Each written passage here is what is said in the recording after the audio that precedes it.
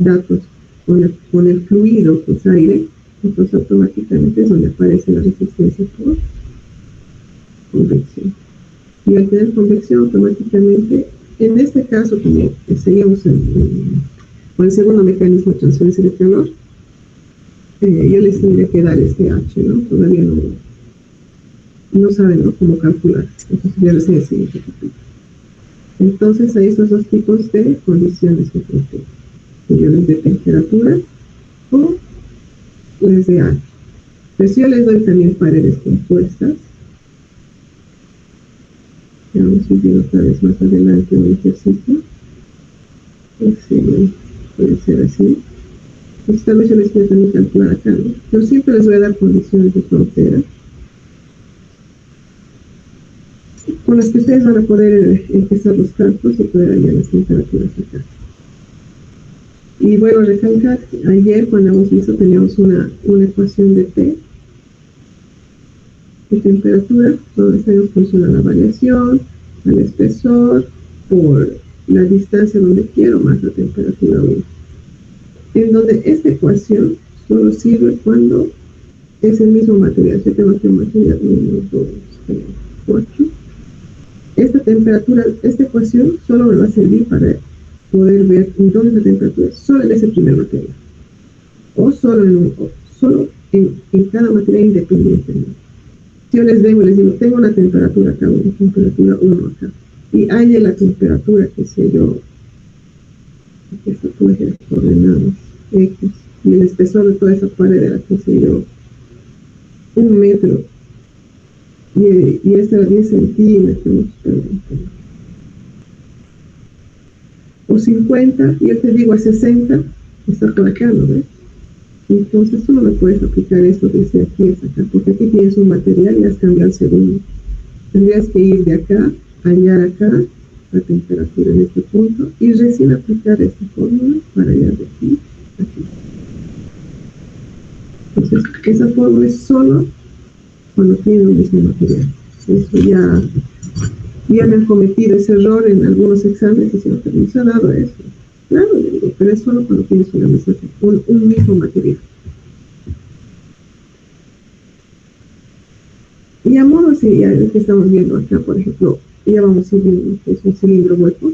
Ayer hemos visto lo que era conducción en paredes planas. De igual manera se toma un diferencial donde se agarra y se hace análisis del calor que entra y del calor que sale, en función de qué, donde se hace variar el radio, donde tienes un radio 1 y un radio 2, y donde la diferencia te da el espesor, ¿no? Y como toda esa ecuación de conducción, cuando hemos visto, es calor, es igual acá, por el área, por un delta T, sobre el espesor o sobre él. Donde está el área, colocan, cuando empiezan a desplazar, empiezan a realizar estas ecuaciones, el área lo pone en un cilindro, en el cual él empieza a variar en función de los radios. Y cuando empiezan a integrar y hacer derivadas, es donde aparece que lo varía. Entonces vuelvo a recalcar, a mí solo me interesa que vean, ¿no?, más o menos de dónde vienen las ecuaciones, pero yo no pido demostración. ¿Por qué? Ahora, si quieren, yo les muestro de una manera para ver en dónde ustedes aplicarían esto verdaderamente.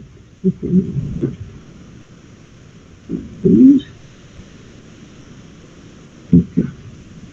Miren acá, cuando ustedes hacen una especialidad, sea maestría o doctorado, afuera, en otros países, no en Bolivia, aquí en Bolivia son pocas las personas que manejan este tipo de este nivel. Entonces, cuando llevan transferencia de calor, ustedes llevan a este nivel. Esto es conducción. Cuando yo les decía, nosotros vamos a llevar conducción unidimensional, y aquí es donde verdaderamente se llevan las 3 dimensiones. Es donde aquí ustedes dicen, ahora se ve la ley de Fourier, aplican operadores Nabla y todo. Es así cuando ustedes, aquí tengo por ejemplo una pared, empiezo a aplicarles las 3 direcciones, en una dirección haces el análisis, pero si se dan cuenta yo tengo el coeficiente K en las 3 direcciones. Entonces, esta es la verdadera transferencia de calor que ustedes aplicarían, ¿no? Entonces, esta es miren, entran con matrices, análisis. Ahora, si nosotros lleváramos, si yo les debía llevar ese nivel, este escenario probaría. Y aparte de que, ¿cuál sería el objetivo? ¿No? Si en graduación ahora lo que nos interesa es ser más prácticos, ¿no? Aplicarlo a lo que es casos de la ingeniería de cálculo. Este nivel es más para cuando ustedes hacen una especialidad, ¿no? Entonces, ¿ven? Entonces, es pesadísimo. Esto incluso se mezcla tanto de que para llevar transferencia de calor se debería llevar primeramente mecánica de fluidos antes de ustedes entrar a transferencia. Porque Reynolds viene de mecánica de fluidos. Entonces, es así. Y esto va enterrando, vas agarrando en el espacio tu objeto. Es pesado. Yo me acuerdo cuando lo llevé esto, fue pesado. Yo, igual que ustedes, estudié en San Simón y ustedes me van a decir que eso nosotros no vemos en ninguna materia. Ni siquiera a nivel cuando llevamos cálculo o en cálculo, no llevamos este tipo de nivel. Entonces, imagínense lo que uno tiene que leer para poder llegar a entender esta situación. Y esto solo lo que les estoy mostrando es la clase número 1 de todo un semestre de transferencia de calor que solo se aboca a lo que es conducción. Luego hay una transferencia de calor 2 que solo lleva convección y radiación. Entonces es pesado. Entonces, volviendo, entonces es por eso de que yo no me interesa que en el examen ustedes me digan, la deducción es, no estoy tranquila si ustedes entienden la ecuación. Entonces, a partir de esas ecuaciones, nosotros tenemos un cilindro, ¿no? Lo que les decía, es en variar lo que son los radios, tienen un radio interno y un externo, donde la diferencia es el espesor, en el cual va a ser la transferencia de calor. Y las ecuaciones que tenemos para hallar, así como en el caso de la pared, la temperatura en cualquier parte entre el radio 1 y el radio 2 está dada por la siguiente ecuación. Entonces, en función de la temperatura 1, la temperatura 2, el logaritmo entre los radios, de igual manera por otra vez el logaritmo de los radios, donde este radio sin ningún subíndice indica a dónde yo quiero encontrar. Por ejemplo, qué sé yo, la diferencia entre estos es 5 centímetros. Quiero hallar la temperatura a una distancia de 2 centímetros. Entonces, un radio exactamente 2 centímetros. Entonces, eso ustedes con esta ecuación pueden calcular. Luego, la ecuación para hallar el calor que hay de transferencia desde acá afuera está dada por la siguiente ecuación, que tiene la misma cara que yo les había mostrado, que es K por área por el delta T sobre el espesor. Solo que cuando ustedes van reemplazando el área y el espesor, llegan a la deducción que es 2pi por L por K, la diferencia de temperatura y el espesor, ¿no? Que es por el tema de lo que les estoy indicando, el tema de los logaritmos por el tema de los radios. Entonces, con eso tienen aquí la ecuación para hallar el calor. Así también, como en caso de las paredes, se tiene una resistencia. En cualquier caso de transferencia de calor o mecanismo, se tiene una resistencia, en el cual para los cilindros está dada por lo que es el logaritmo entre el radio exterior sobre el interior, dividido entre 2pi por L por T. Esta resistencia es la resistencia que tiene la transferencia de calor para poder continuar. Y como yo les decía, el que más va a influir en la resistencia es el K, es el material. No es fácil hacer una transferencia de calor de un cilindro de madera que de uno de metal, ¿no? Si ustedes hallaran el calor con el que es de madera, yo les apuesto que sería bajo. No les apuesto, seguro. Pero si hiciera el de metal, es alto, ¿no? La transferencia, porque no hay, la resistencia es casi nula, ¿no? El calor pasa sin ningún problema. Entonces, de metal hay inconvenientes, ¿no? No es fácil. Así también, como del mismo modo, como hay paredes compuestas, podemos tener de igual modo en cilindros, con una, dos capas, ¿no? Por ejemplo, acá se ha resuelto, se está demostrado pues, en forma de esquema, donde tienen un radio, ¿no? Van a tener un radio 1, 2, 3, 4. Si tienen este tipo de capas, lo hacen las resistencias en serie. Son en serie. Obviamente en el interior hay un fluido, entonces serían un fluido con un sólido, en el cual es ¿qué? Convección. Por eso aquí, si se dan cuenta, que tenemos un H interno. Tenemos conducción. Acá es convección. Acá es conducción, porque ya estamos, ¿no ven? Entre el sólido. Todo lo que es sólido es conducción. Nuevamente conducción. Y con el exterior, incluso está dando aquí un T ambiente, tenemos convección. Eso es la resistencia. Si yo les doy así capas, está bien. Sí. Otra manera más de verlo acá, así, ¿no? Un poco más grande. Internamente convección, tanto en el interior como en el exterior, y por cada capa se pone su resistencia por conducción. ¿Hasta ahí alguna duda?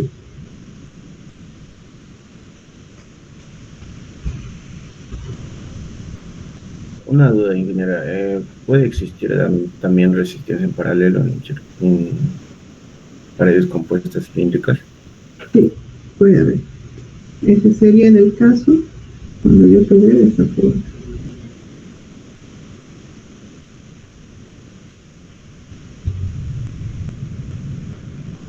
Entonces te estoy dando 2. En este caso, este ya se vuelve en paralelo. Y en este caso, como estábamos viendo, es así, ¿no? Entonces, lo que tenías era así,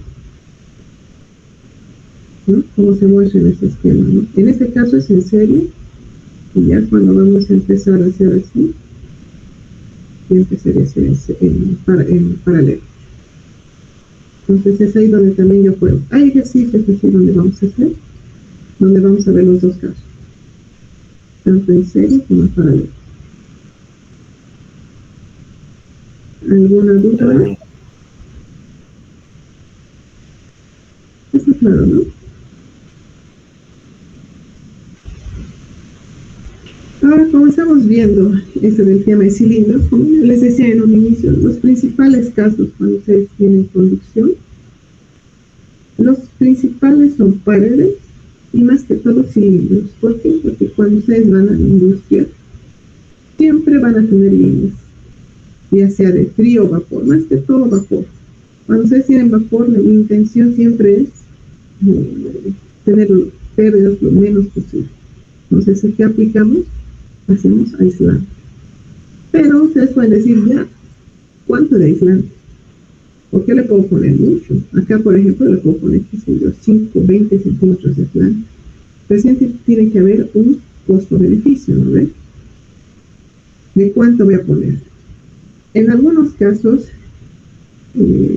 cuando llevan también transferencia de calor que están repitiendo, siempre ven espesor óptimo, ¿ves?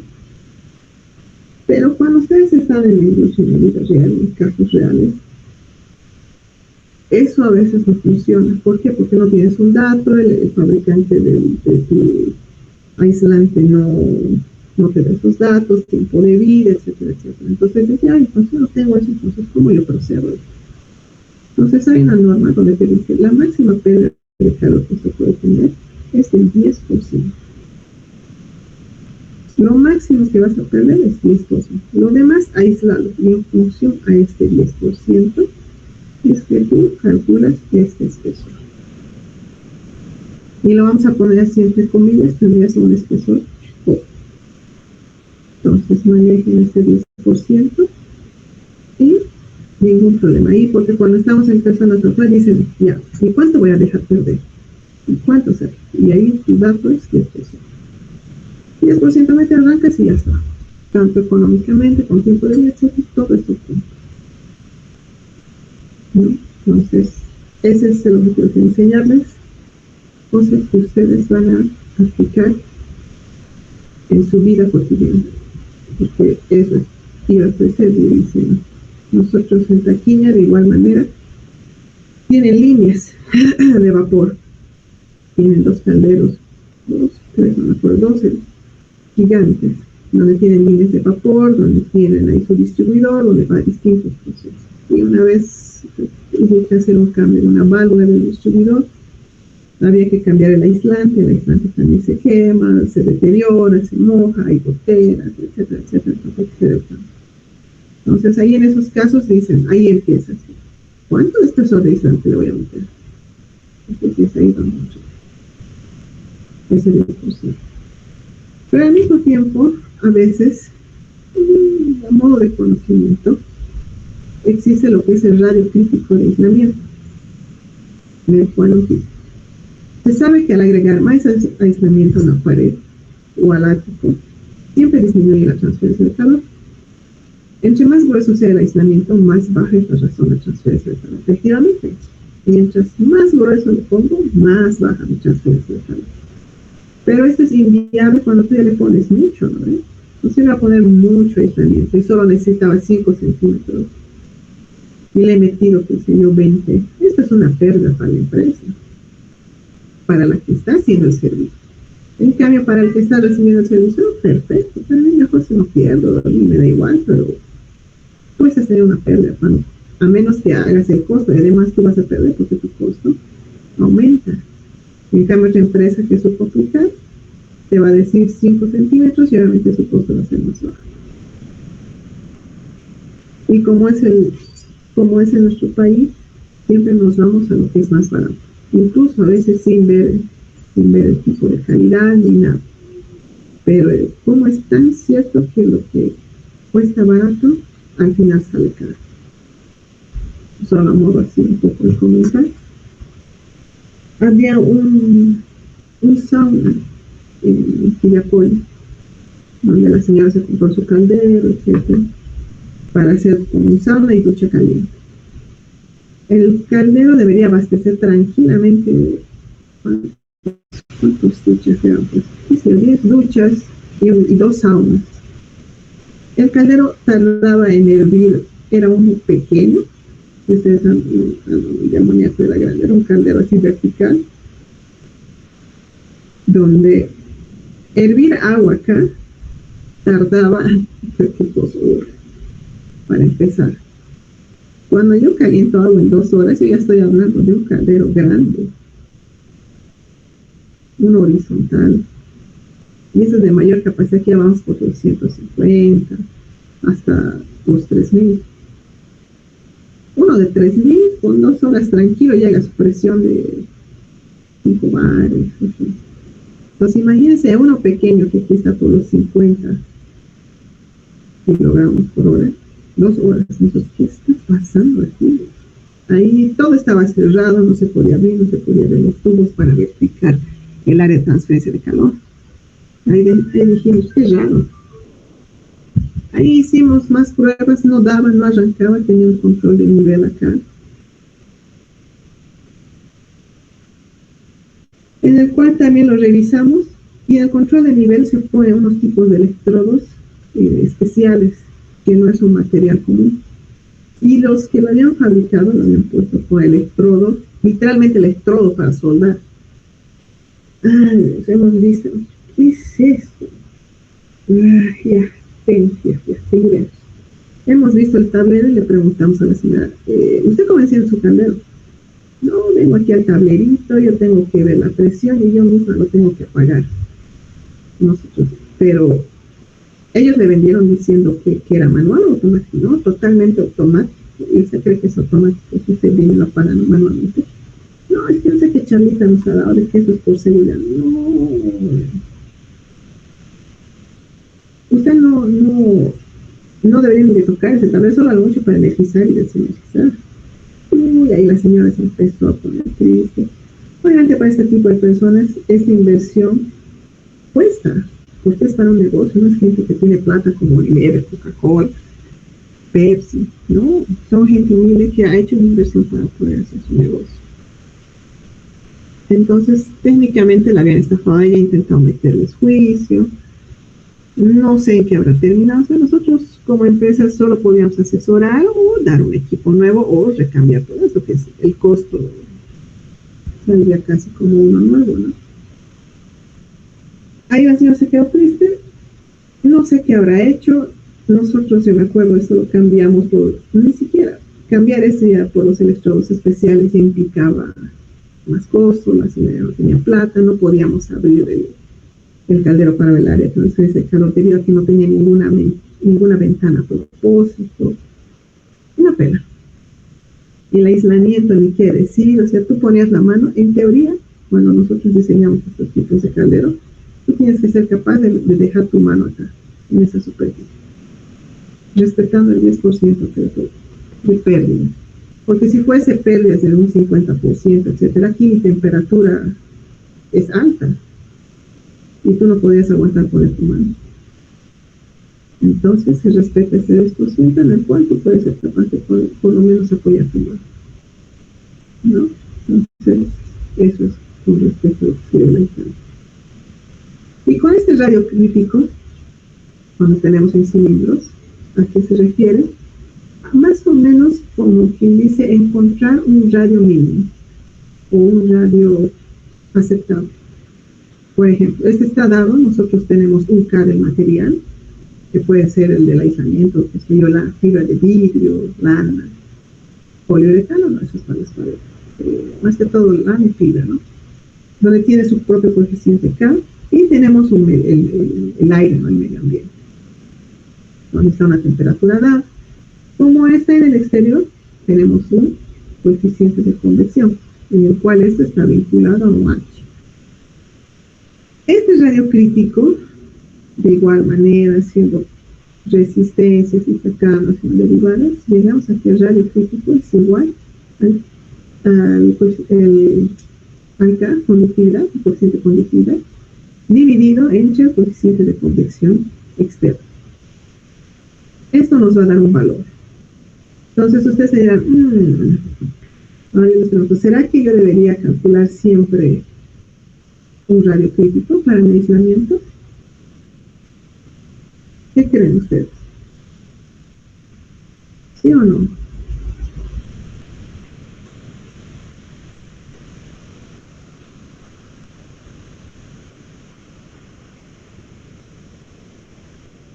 ¿Qué dice? Sí, hay que determinar el radio crítico. Bueno, ya unos dicen sí, otros dicen no. Bueno, siempre va a haber unos que dicen no. Entonces, veremos que sigamos. Entonces uno diría sí, por ejemplo aquí, para un poco más entender. Cuando yo tengo mi cilindro, vamos a poner aquí como desnudo, sin nada, sin aislamiento, tengo una pérdida y tengo un radio 1.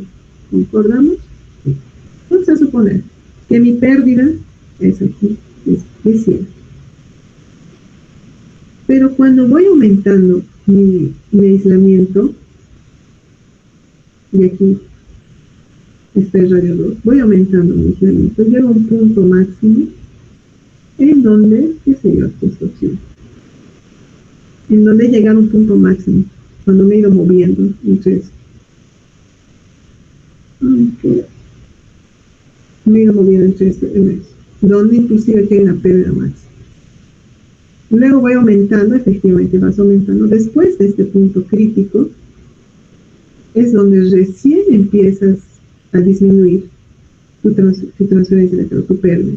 Entonces se podría decir que a partir de este punto, de esta zona, es donde tú ya tienes menos de lo que menos pérdida de cuando estaba desnudo, ¿no? Pero cuando ustedes hacen este cálculo de este radio crítico, siempre en la mayoría de los casos, por el tema del K y de la convección, siempre les sale menor, incluso aquí, con un radio menor al radio 1. Bien. O estás en este intervalo de acá. Rara vez o extraña vez es donde te sale aquí mayor. Pónganse por acá. En un radio aquí se viene de ya. Es extraño. Si quieren, esto pueden estar comprobando. Tenemos aquí el K del aislante, el espesor, la longitud, el H de convección externa, que es el H. El H externo, el radio 1, el radio... eso es solo desnudo ya. El radio 1, temperaturas, acá el 1, y el 2 no me equivoco es el exterior del ambiente. Sí. Entonces, ahorita es 7:37. Intenten a ver aquí calcular el radio crítico. Lo mismo que ayer, tengo que bajar a la universidad de mi casa. Voy a bajar a la universidad, marco y continuamos. Y a ver, intenten calcularme el radio crítico con eso, por favor. Y ahí continuamos la clase directa hasta las 11:15. ¿Les parece?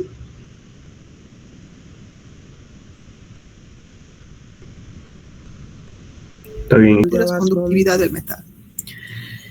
A partir de toda esa deducción de lo que entra calor y sale, los flujos de calores, se tiene de igual manera la ecuación de la temperatura para poder hallar en cualquier punto de la esfera, ¿no? En donde es la parte maciza, en donde está en función de las temperaturas interior y exterior y de los radios.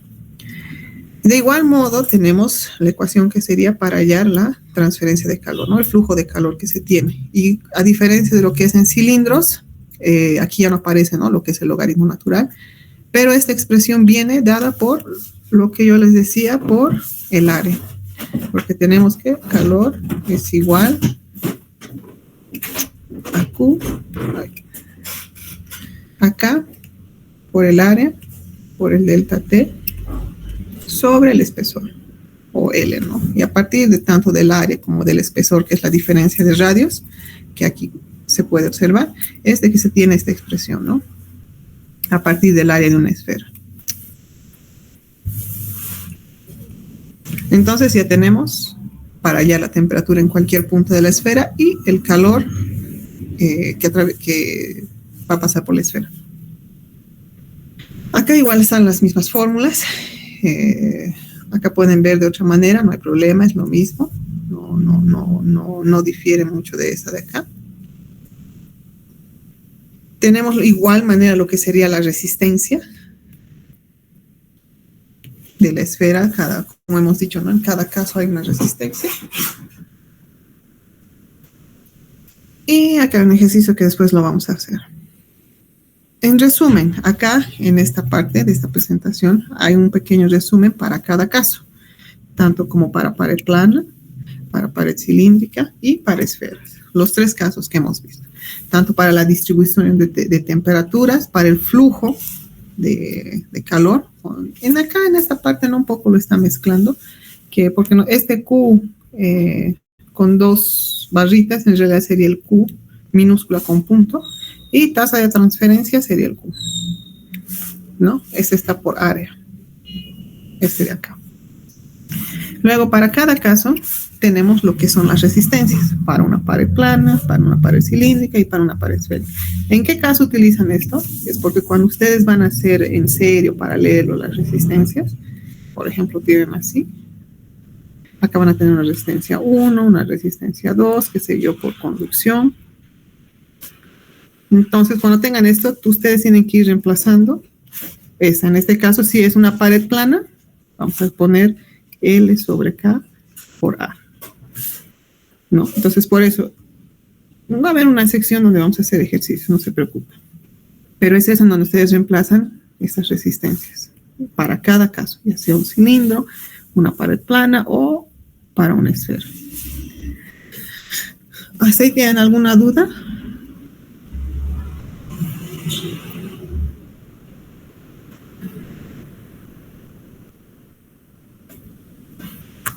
Todo claro, ¿no?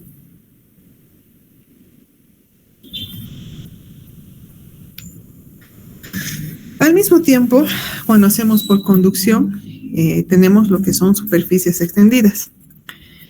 Por ejemplo, cuando ustedes tienen algún caso, van a toparse, a veces quieren aumentar lo que es el tema de transferencia de calor.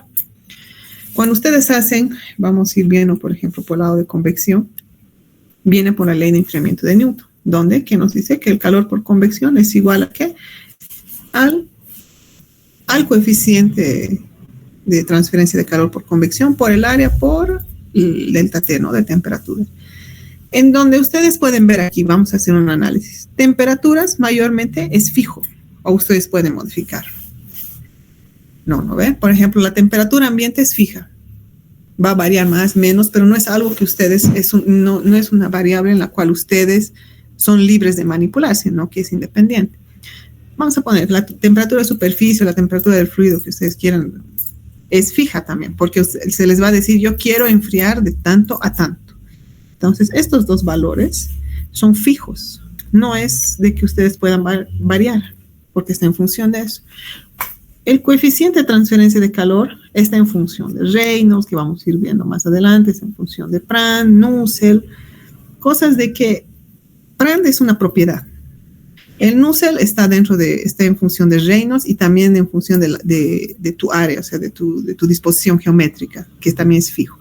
En Reynolds, el único es que tal vez se podría modificar, que es la velocidad, ya sea a través de una bomba, aumentándolo o disminuyendo. Pero si se dan cuenta, este coeficiente de transferencia de calor está en función de muchas variables, que muchas son fijas, que son propiedades, como les decía, Prandtl es en función de mis temperaturas. Entonces, esa va a ser fija.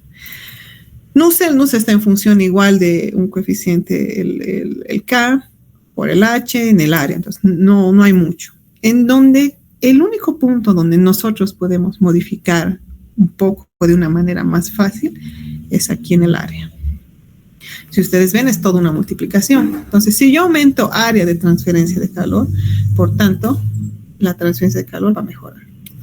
¿Y cómo ustedes pueden aumentar área? Aquí, como estamos viendo en el subtítulo, mediante de superficies extendidas. ¿Y esas superficies extendidas qué son? Aletas. ¿No? Entonces, como yo les mencionaba aquí, aumentar el coeficiente de transferencia puede que no sea práctico, pero aumentando el área como con aletas. Magníficamente con aletas se puede aumentar. Inclusive ustedes pueden ver, por ejemplo, acá en este ejemplo, es como un disipador en sus computadoras. Algunos por curiosidad han abierto y ven en el procesador. Tiene como casi como esta configuración, más un ventilador. ¿Por qué? Porque estás aumentando área de transferencia de calor. Porque si fuese solo el procesador, hierve y se quema.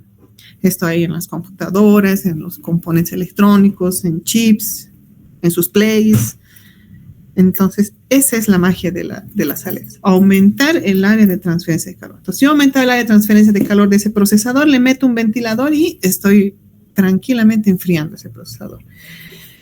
Al mismo modo, en máquinas grandes, en intercambiadores de calor, se les hace el aumento de aletas. Hay varios tipos de aletas, ¿no? Déjenme ver. Hay el más común. Inge, el primer tipo de aletas que nos mostró, ese sería para cuando el intercambiador sea cilíndrico o un tubo, ¿no es cierto? Sí. ¿O para qué sería exactamente? Sí, exacto. Pero el problema de este tipo de aletas, por ejemplo, este primero que estamos viendo, no es fácil de encontrar tubos aletados. Mayormente en el mercado tú encuentras este tipo de tubos. Y con suerte tal vez el cuadrado. Entonces, ahí entra a veces el problema. Por ejemplo, te pongo un ejemplo. Cuando yo estaba haciendo la eficiencia en los calderos, estaba leyendo, en Alemania está la mayor fábrica de calderos del mundo. Y ellos mayormente un caldero, su rendimiento ronda por los 80, 85, y eso sangrando, ya, 83%. Ronda por esto.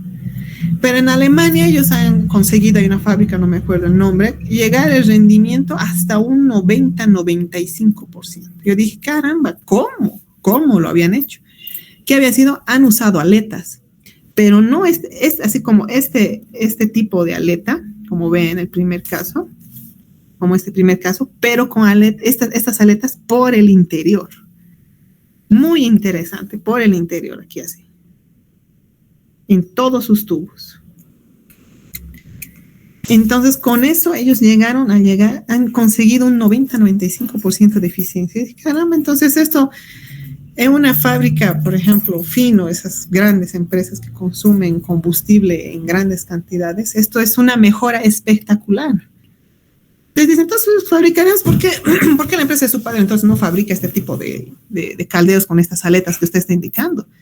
Y ya les digo, en Bolivia encontrar este tipo de aleta interior, difícil. Entonces, importe, me va a decir. Eso debe haber en el mundo. Claro, voy a importar. Pero el hecho de importar, ¿qué significa? Que hay que pagar impuestos, hay que pagar, etcétera. Y eso, ya, obviamente, el precio del caldero aumenta.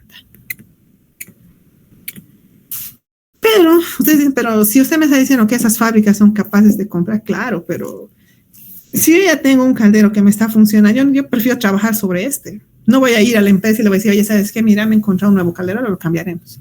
¿Cuánto cuesta? $100,000, $20,000, $200,000. No, pues. Entonces ven, ¿no? Cómo es un poco inviable. Ahora se dice, pero ya, entonces las pequeñas empresitas que están haciendo, que se compren, ¿ustedes creen que van a pagar este precio de este caldero? No. Pero por más que ustedes me digan, pero va a haber un ahorro.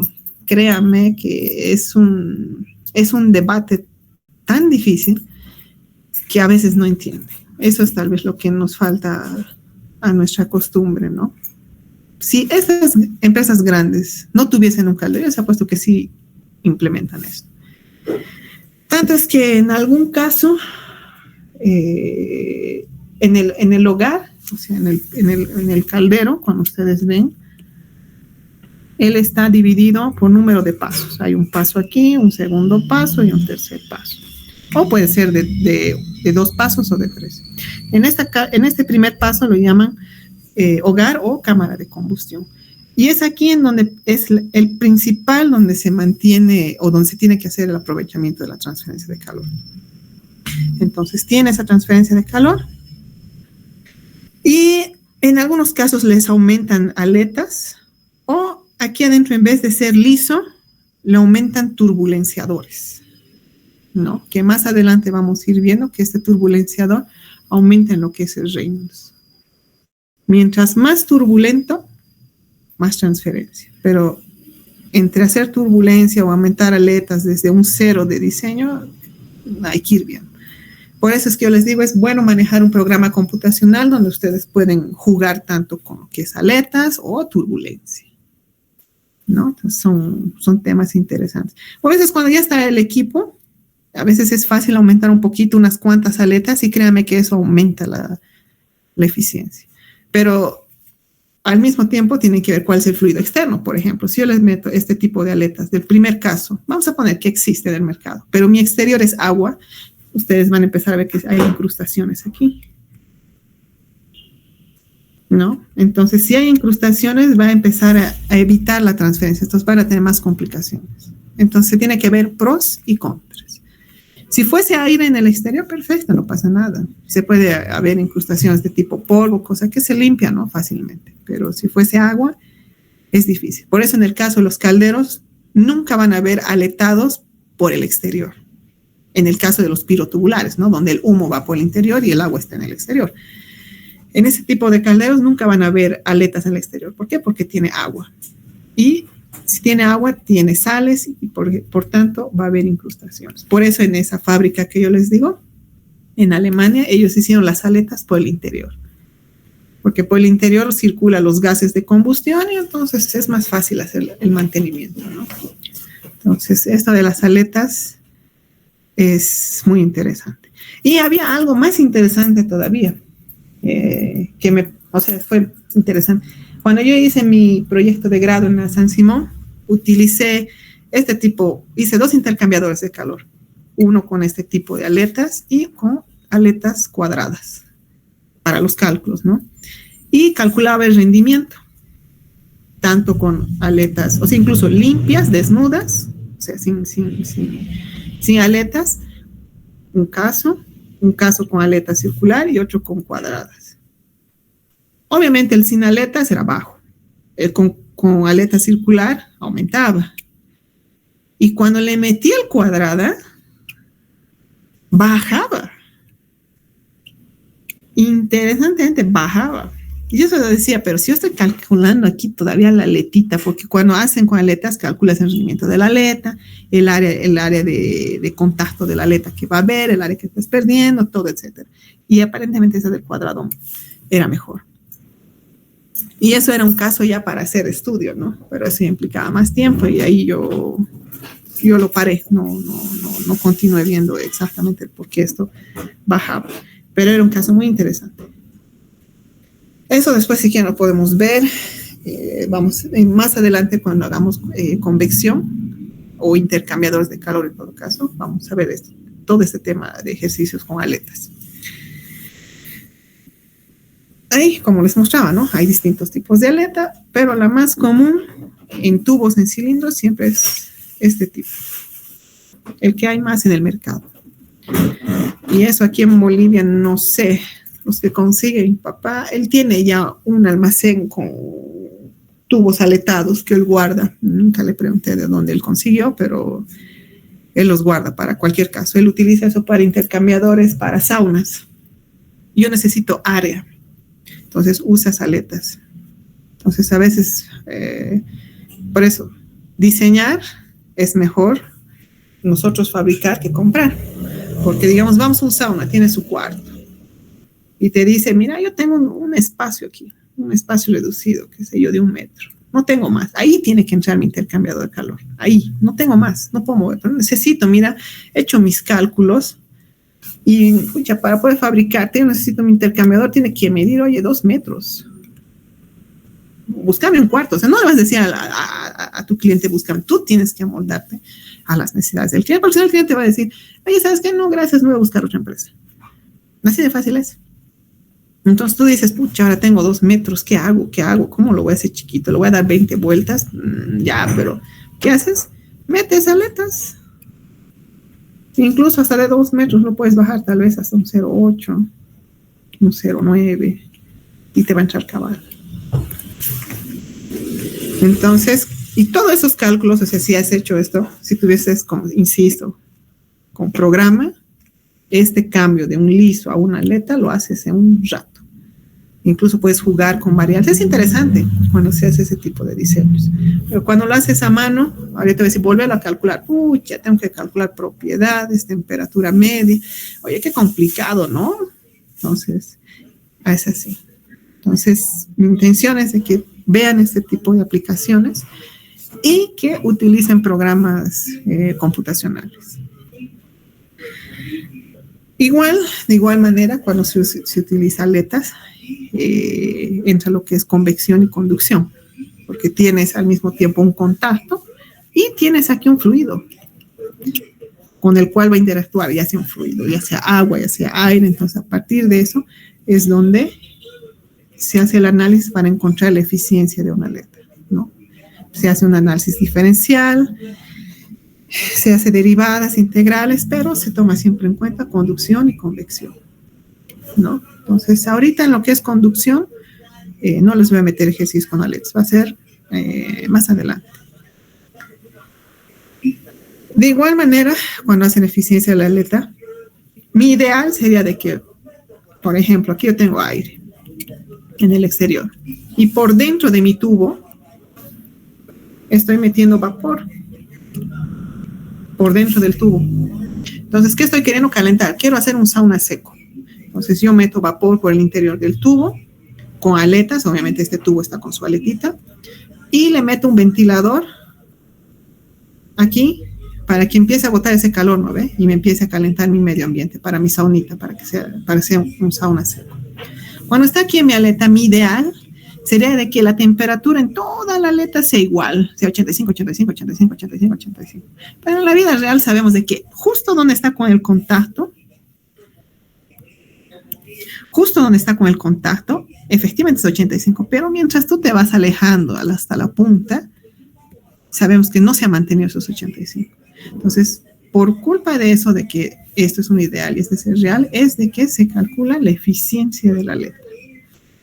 ¿no? Donde está en función de lo que es tasa de transferencia de calor real desde la aleta y tasa de transferencia ideal desde la aleta, ¿no? Y con eso nosotros vamos a ir calculando el rendimiento. No se preocupen, vamos a hacer ejercicios de esto. ¿Hasta ahí alguna duda? Ninguna.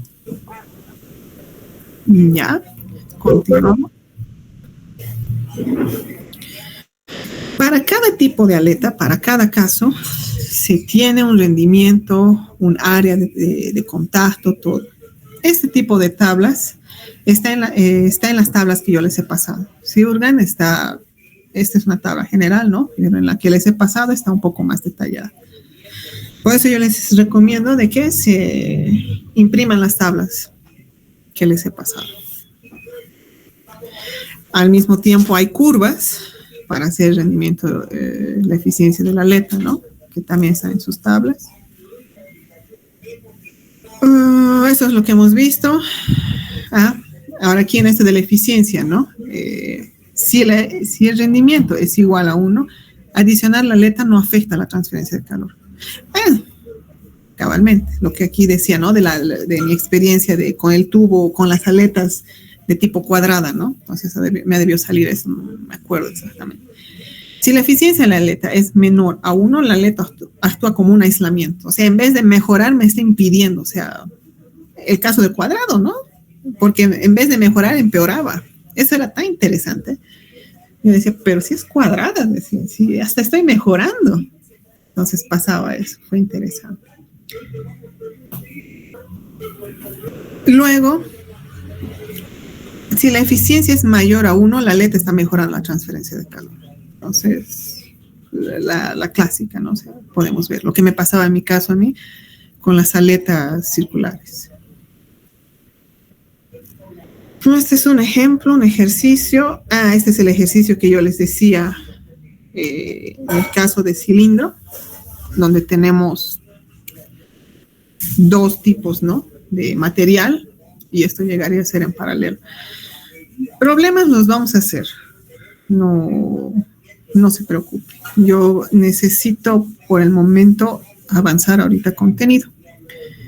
Vamos a tener un día donde vamos a ir resolviendo ejercicios principalmente desde el capítulo 2. En el capítulo 1 no había ejercicios y vamos a ir por el capítulo 2 después.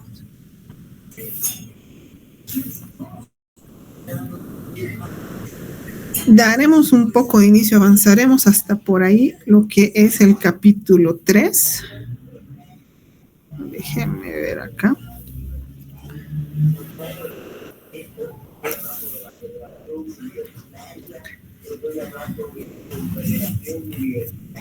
Hacemos un ejercicio.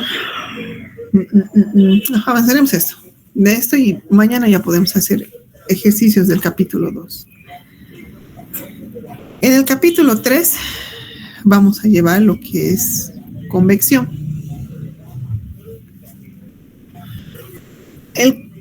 Convección es el segundo mecanismo de transferencia de calor. Como habíamos visto, tenemos radiación, que es la energía emitida en forma de ondas electromagnéticas, fotones, debido a cambios en las configuraciones electrónicas de los átomos o moléculas. Y conducción, mecanismo de transferencia de calor entre las partículas de una sustancia. Conducción por contacto, lo que hemos dicho, sólido.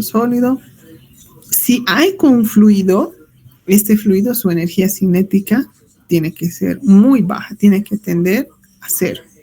Esas son las condiciones. Por eso es que cuando ustedes van a leer en la literatura o en algún libro, admiten de que hay conducción con un medio, ¿no? Por eso es que en algunos casos, cuando ustedes hacen, tienen, por ejemplo, estaba viendo, por ejemplo, tienen dos costados. Por ejemplo, en el avión, si no me equivoco, o no me acuerdo en qué parte, ponen entre dos vidrios aire, aquí adentro aire aislado. El aire es un excelente aislante, porque cuando ustedes compran sus chompas, mientras más gruesito mejor, las de lana, porque tú tienes ahí un espacio de aire, un espesor con aire. El aire es un excelente aislante, su conductividad es bajísima. Pues cuando ustedes quieren aislar, es bueno. Pero en algunos casos, ya como sean líneas de vapor, ya no es tan viable. En casos pequeños nomás. Entonces, por eso es de que no, mayormente lo que vemos conducción, sólido, pero puede haber con fluido. Siempre y cuando su energía cinética sea baja. O sea, sus moléculas tiendan a ser. Convección, transferencia entre una superficie sólida y un fluido adyacente que está en movimiento. Comprende efectos combinados de conducción y movimientos de fluido. Entonces, nuestra transferencia acá, ahora sí, aquí está bien nuestra nomenclatura. Este puntito, si quieren, llévenlo aquí, donde esto que me está indicando, yo ya no veo área. Por tanto, esto puede estar en watts sobre metro cuadrado. Otra expresión de esta, la que sería Q, con puntito, sería área por el coeficiente de transferencia de calor por el delta T. La temperatura de la superficie menos la temperatura ambiente. Y estas sus unidades son watts, por el tema, ¿no?, del puntito. Entonces, en ambos casos tenemos sus unidades. Comparado con la ecuación de conducción, acá estamos aumentando, tenemos área todo, y aquí estamos aumentando, ¿quién? El coeficiente de transferencia de calor, que es con qué velocidad se va a hacer la transferencia de calor. Entonces, estamos viendo con qué velocidad. El área la utilizo más que todo para mejorar mi transferencia de calor. Pero quien me dice con qué velocidad es este coeficiente, el H. ¿Qué tan rápido? Lo mismo que el K en conducción. Si es metal, la conducción es alta, lo va a hacer rápido. Si es aire, lo va a hacer lento, ¿no? Entonces, la misma idea. Pero no es tan fácil verlo como este K está en una tabla, este H de convección, porque aquí, como nos está diciendo, estamos mezclando una superficie sólida con un fluido, como es en el caso de una pared con un fluido. Aquí siempre va a haber un fluido, no es de que tu pared va a estar en el espacio, no, siempre aquí va a haber aire, o en un cilindro o un intercambiador de calor, ustedes van a tener aquí su tubo. Por el interior puede haber, qué sé yo, agua, o por el exterior, depende de dónde vas a analizar, en el interior o en el exterior, siempre tienes que analizar. Cuando me entregan a mí proyectos de grado y me hacen este tipo de cálculos, a veces vienen y me dicen, yo te puedo creer de que hay el H para el aire y para el agua, próximos, ¿no? Porque varía, ¿no? De acuerdo a tu situación. ¿A qué va a variar? De acuerdo a tu situación, las condiciones. Por ejemplo, ya le vamos a poner para el agua. Por ahí estoy usando una bomba grande. Pero tú me vas a decir, ¿pero en qué influye la bomba? Yo les he dicho que acá hay un Reynolds. Y este Reynolds está en función de la velocidad. Y esta velocidad, ¿quién me la va a dar? La bomba. Entonces, si yo ya cambié el tipo de bomba, este H ya cambia. Entonces, y como ustedes han visto, los H's son rangos, qué sé yo, desde 50 hasta 20,000. No es de que yo tomo 50 más 20,000 dividido entre 12, no. Entonces, a veces vienen los alumnos y me dicen, el H es tanto. Yo le digo, muy bien, calcula, pero es que está en tablas. Yo le digo, mira, tú estás saliendo técnico o ingeniero, le digo. Soy ingeniero, pero entonces calcula. ¿Qué pasa si ya no vas a usar agua, vas a usar un refrigerante o hasta allá? Te voy a poner nanofluidos, porque va a entrar algún día, pero ahorita no hay. Bueno, de aquí a unos 3, 4 años va a entrar los nanofluidos. ¿Qué vas a hacer? Tienen que aprender a calcular. Calcula y sale otro valor. Entonces cambia. O a veces inclusive hasta el valor es distinto, unidades juegan. Para mí, pues yo les digo, utilicen en watts, en el sistema internacional. Hay BTUs, kilocal, no vamos a negar, mi padre en termodinámica utiliza kilocal, yo le digo, ya no deberías usar kilocal, porque es en watts.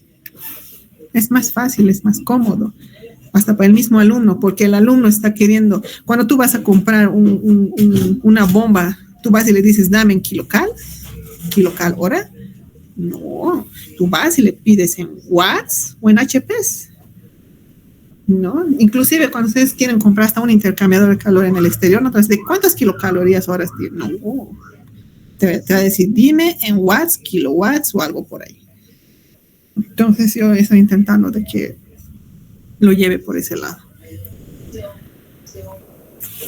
Dentro, pasando, mecanismos de convección, como les había mostrado en el capítulo 1, hay dos tipos, convección forzada y convección libre o natural.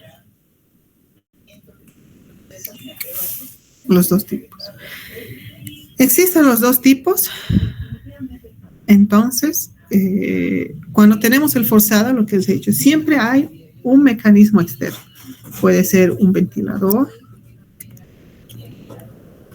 una bomba o algún otro mecanismo para poder mejorar esa transferencia de calor. Casi en la mayoría de todos los casos, intercambiadores de calor, calderos, siempre hay una bomba o un ventilador. En el caldero es un ventilador. En los intercambiadores de calor por el interior o el exterior, siempre hay algo que me está mejorando esa transferencia de calor. En convección libre son pocos los casos. ¿En dónde lo utilizan esto? Cuando hacen el diseño de una cámara de refrigeración, aquí está la cámara, aquí está el exterior.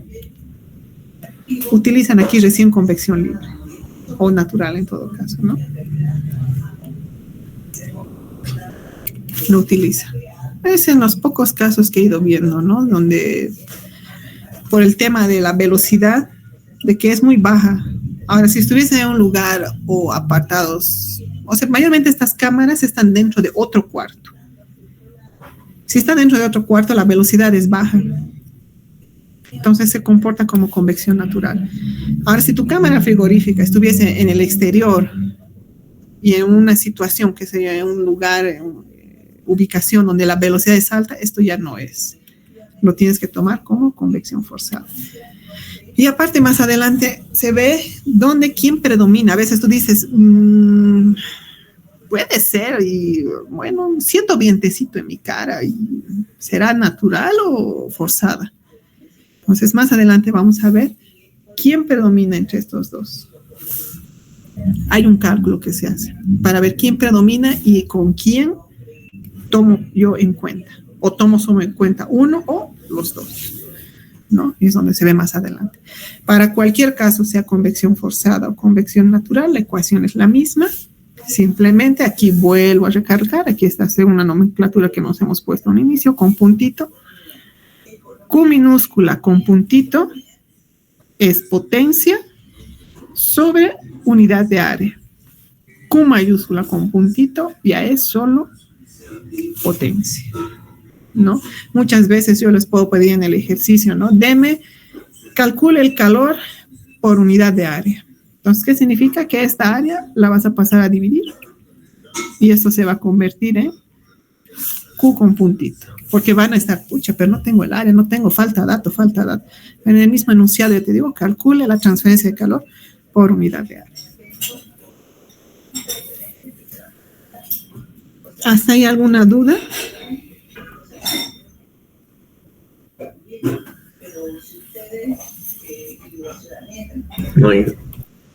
No dije. Perfecto.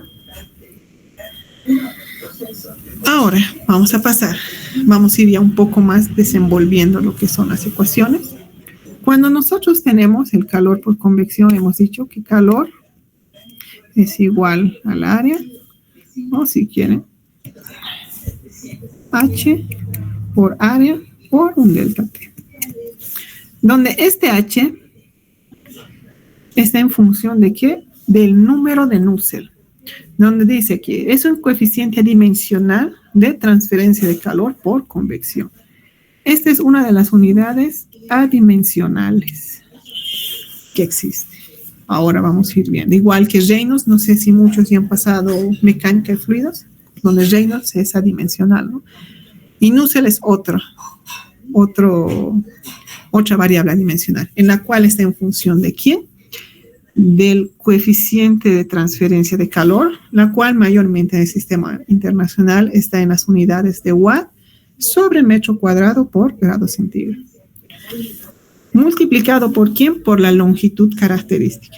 Esta longitud característica es lo llaman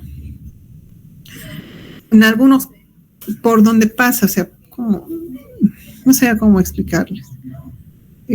Por ejemplo, en un tubo, depende de tu fluido, si va a ser interior o exterior. Estoy analizando el interior, va a ser mi radio interior.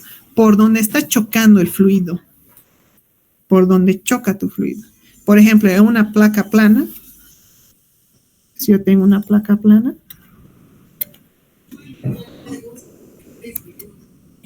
y yo quiero analizar el fluido, aquí tengo aire, en los dos lados yo tengo aire, pero ¿dónde estoy analizando? En esta cara de aquí, la vamos a llamar en la 1. Entonces, mi longitud tiene que ser acá, por donde va a ir pasando, por donde voy a ir analizando.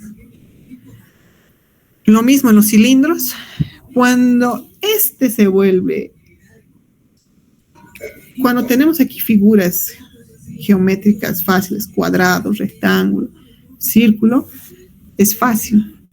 Pero cuando yo estaba haciendo el análisis, yo me topó con todo esto en el análisis de un caldero para hacer la eficiencia, me topó con todo esto. Mi tapa con la cual chocaba mi fluido era un cuadrado mezclado como con un triángulo y un rectángulo. Entonces ahí ustedes dicen, uy, y entonces ¿cómo lo ha tomado? Entonces ahí esta longitud característica se empieza a llamar diámetro hidráulico, donde está en función del área, perímetro y todas esas variables. Y es ahí donde todo esto se complicaba. Y como les mencionaba en otra parte, aparte de que el diámetro hidráulico ya me hacía la vida imposible, el fluido choca contra esta pared y luego gira así. Entonces pónganse, aquí está esa pared con figura geométrica no definida. Tengo un flujo perpendicular y luego paralelo y se vuelve otra vez perpendicular. Buscar, cuando vamos a hacer ejercicios, por ejemplo, de convección en placas o conducción así en placas, influye si lo estás dando de forma perpendicular o de forma paralela. Entonces, y eso estamos hablando de una forma definida. Ahora imagínense cuando es una forma no definida. Se complica bastante. Y ahora ustedes me van a decir, pero ¿y cómo he encontrado la solución? O ha buscado en algún libro. Yo les voy a decir, he buscado en libros, en todos los libros de transferencia de calor que ustedes pueden existir, pero no hay. Entonces, ¿qué he hecho? Lo que yo he hecho ha sido, o lo que realmente se debe hacer cuando ustedes se topan con este tipo de casos donde ya no hay en libros, se busca ¿en qué? En artículos científicos. Nosotros como mecánicos, electromecánicos, no manejamos mucho estos temas de artículos. Los que saben manejarlo excelente y al pie de la letra son principalmente los químicos, biólogos, no sé si alimentos, pero estoy segura de químicos y biólogos. Los dos lo manejan. Y espérenme, denme un momentito, por favor. Denme un minuto, por favor.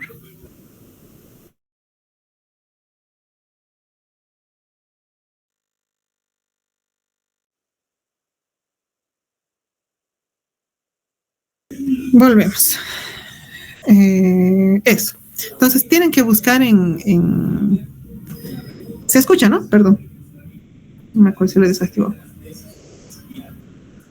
Sí, se escucha. Ya. Entonces ustedes tienen que pasar a buscar en artículos científicos. Va a haber una práctica donde el anterior vez yo les he dado el artículo. Ahora yo creo que les voy a hacer buscar. Vamos a jugar con aletas, yo creo que de esta vez, ya no con intercambiador de coras y tubos. Esa es una manera de que les va a ayudar a ustedes a buscar y métanse en ese mundo, porque no solo les va a ayudar para el tema de área de térmica, eso les va a ayudar a hacer automatización y con eso ustedes pueden ver cuál es lo último que hay en la investigación. Y al mismo tiempo ustedes agarrar ese material de investigación y aplicarlo. Tanto así para la industria. Y eso es mucho, nosotros como mecánicos deberíamos saber manejar eso, y yo apuesto de que si innovamos con alguna cosa que está así en la literatura, podríamos estar más adelantados. Por eso es que países como Brasil, Argentina, Estados Unidos y los de Europa están tan adelante, porque ellos manejan en el área de ingeniería, ellos los presionan. Incluso tengo entendido, una vez hablé con el señor rector, de que hay un convenio de que los alumnos con su código CIS pueden tener acceso a este tipo de artículos. La universidad ha pagado un monto, porque estas revistas no son gratuitas, se paga. Inclusive yo, para hacer un artículo tengo que pagar a una revista para que me acepte. Y eso no es de que, ya tú me pagas y recibo tu artículo. No. Muy bien, primero yo lo reviso, ese artículo, si está bien, si no está mal, si está de acuerdo a los cálculos con expertos en el área. Si está bien, acepto publicarlo, pero también tienes que pagar para que yo publique. Entonces, el escritor paga y el lector también tiene que pagar. Entonces, si ustedes van a alguna página como el Science Direct, o la más conocida para mí es el Science Direct, otras van por el Cielo. Hay una página, por si acaso, que se llama Cielo, no es que esté diciendo Cielo nomás, en donde se paga, ¿no? Entonces, es como pueden ir y buscar y ver, pero yo les voy a ver. Y del Science Direct, como todo boliviano, así, hay páginas que desbloquean los artículos, los antiguos, pero si ustedes buscan uno del 2024, no lo consiguen desbloquear. Les obliga siempre a pagar, ¿no? O sea, son cosas interesantes. Pero eso voy a intentar, ¿no? Enseñarlos, pero la cosa es tiempo, ¿no? Como el curso es un poco muy apresurado, muy encima, y a veces ustedes también están con 2 materias, no creo que los presione tanto así, pero quiero que ustedes vayan viendo un poco de eso. Entonces, continuamos. Eso es la longitud característica. Pero al mismo tiempo, este número de Nusselt está vinculado ¿con quién? Con la conductividad térmica. Y eso estamos hablando ¿de quién? Del fluido. Por ejemplo, estoy analizando aire con, qué sé yo, con el cilindro. Cuando ustedes vengan a poner aquí, es del fluido, ¿no? Ahí tienen aquí, a ver, acá tenemos aquí un ejemplo de cómo es una capa de fluido. Tenemos las temperaturas, longitud, el delta T. Y estas 2 ecuaciones son ¿qué? Con puntito. Por tanto, esto está en watts sobre metro cuadrado. Ambas, ¿no? Cuando hacen aquí resistencias, tenemos convección y conducción, ¿no? Entonces, esos son los casos. Cuando nosotros hacemos los cálculos y queremos hallar el coeficiente, nosotros tenemos que hallar primero ¿quién? El número de Nusselt. Mayormente en las tablas, cuando ustedes van y buscan ecuaciones, siempre está en función del número de Nusselt. Siempre les va a decir, Nusselt está igual, y el Nusselt está en función ¿de quién? De Prandtl y de Reynolds. Entonces, las ecuaciones que se va a dar siempre están en función de Reynolds, de Prandtl y de Reynolds. Y este Nusselt es el que varía para cada caso. Siempre hay un caso. Si estás analizando en el interior, es un Nusselt. Si estás usando para el exterior, es un Nusselt. Pero al mismo tiempo, te dan intervalos para estos valores, tanto para el Prandtl, tanto como para el Reynolds. Vamos a ir viendo más adelante a qué me refiero con esos intervalos. Una vez calculado el número de Nusselt, pueden calcular el coeficiente de transferencia de calor y por consiguiente hallar el calor por convección. Cuando hay clasificación de los fluidos, hay regiones viscosas y no viscosas del fluido. Ahí influye, ¿no? Si tu fluido es viscoso o no. Y aparte de que cuando ustedes hacen un análisis, si no me equivoco, Cuando ustedes hacen un análisis, si ustedes tienen el tubo, a ver, y están haciendo fluir, cuando está aquí tu fluido acá, en la pared, le cuesta más avanzar por los temas de arrastre, fricción, pero el fluido y la velocidad del que está acá cerca es baja. Y cuando está aquí en el medio, él fluye más rápido que el de este. Entonces hay un perfil de velocidad, ¿no? Donde se hace a veces ese análisis. Nosotros no hacemos ese fluido, ¿no? Digo, ese análisis de perfil de velocidad. Nosotros directamente agarramos, ¿qué? Una velocidad promedio, que es la que te da ya sea del ventilador o el de la bomba, ¿no? Pero si ven en libros, hay en algunos donde dice, cuando van a hacer el cálculo de Reynolds, donde dice velocidad totalmente desarrollada o no desarrollada. Digo, Reynolds totalmente desarrollado, ¿no? Y eso está en función de ¿qué? De la velocidad. Flujo interno con el externo, la comparación. Cuando se hace el análisis en los intercambiadores de calor, es mucho más fácil calcular el coeficiente interno. ¿Por qué? Porque la mayoría de los tubos, voy a intentar hablar de tubos, ¿no? Porque son los intercambios, más que todo como ingenieros manejamos intercambiadores.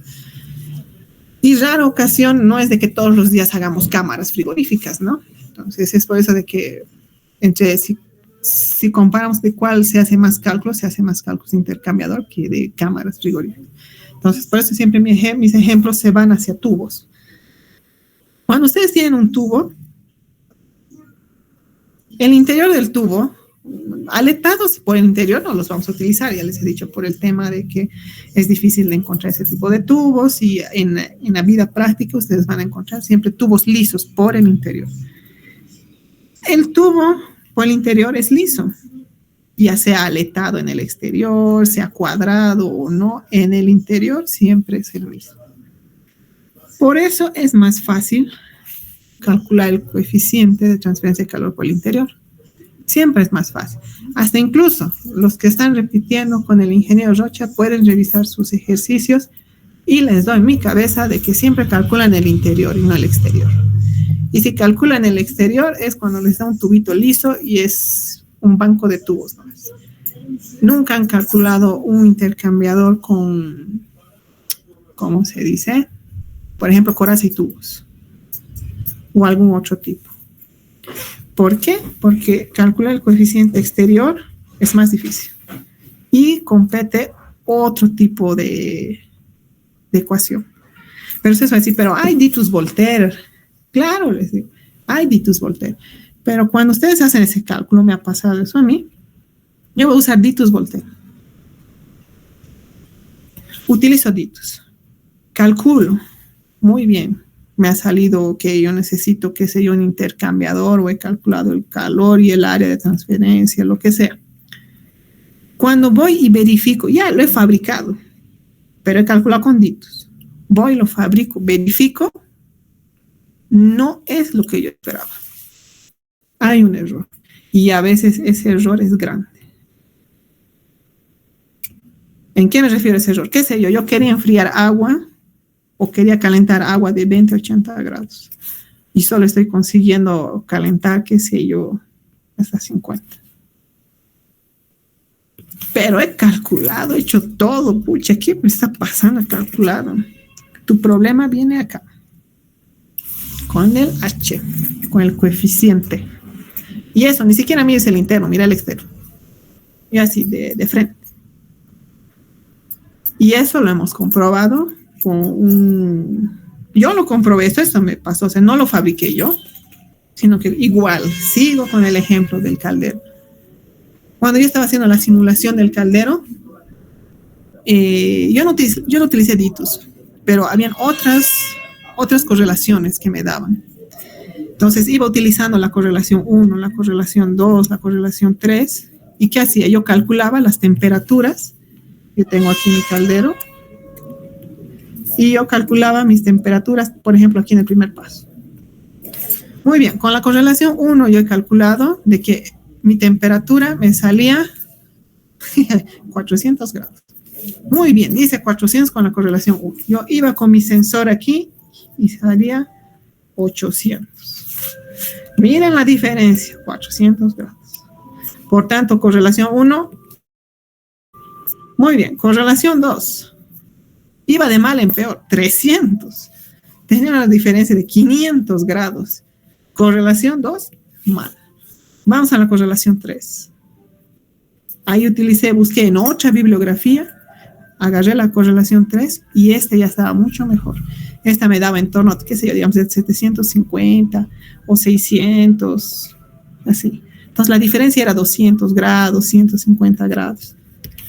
Pero ¿eso a qué se debía? De que yo ya no estaba tomando en cuenta ese giro, esa pared que yo les he dicho aquí. Porque esta medición ya estaba tomándose en cuenta esa convección, donde les he dicho, aquí hay una forma en la pared, no es una forma definida, etc. Entonces, si yo hubiese hecho ese análisis más acá, yo les apuesto que mi error hubiese sido más pequeño, me hubiese salido, qué sé yo, unos 780, así. Entonces, a veces influye este H en casos así. Entonces, es por eso de que nosotros analizamos un coeficiente interno y un externo. Calculan los dos y más adelante vamos a ver que estos dos se vuelven un coeficiente global de transferencia de calor.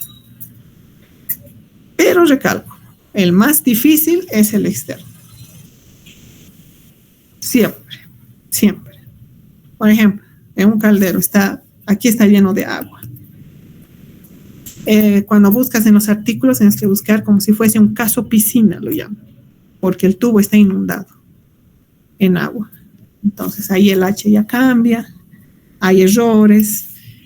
Hasta ahora se sigue sacando nuevos H's. Nosotros también, si quisiéramos, podríamos sacar. Entonces es todo un mundo de investigación. Eso solo les cuento solo para que tengan conocimiento, ¿no? Pero en la literatura es donde esto se cambia. ¿Hasta ahí alguna duda?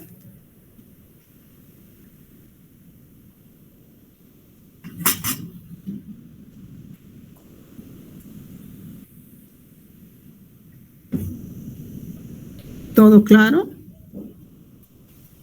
Sí, Inge. Ya.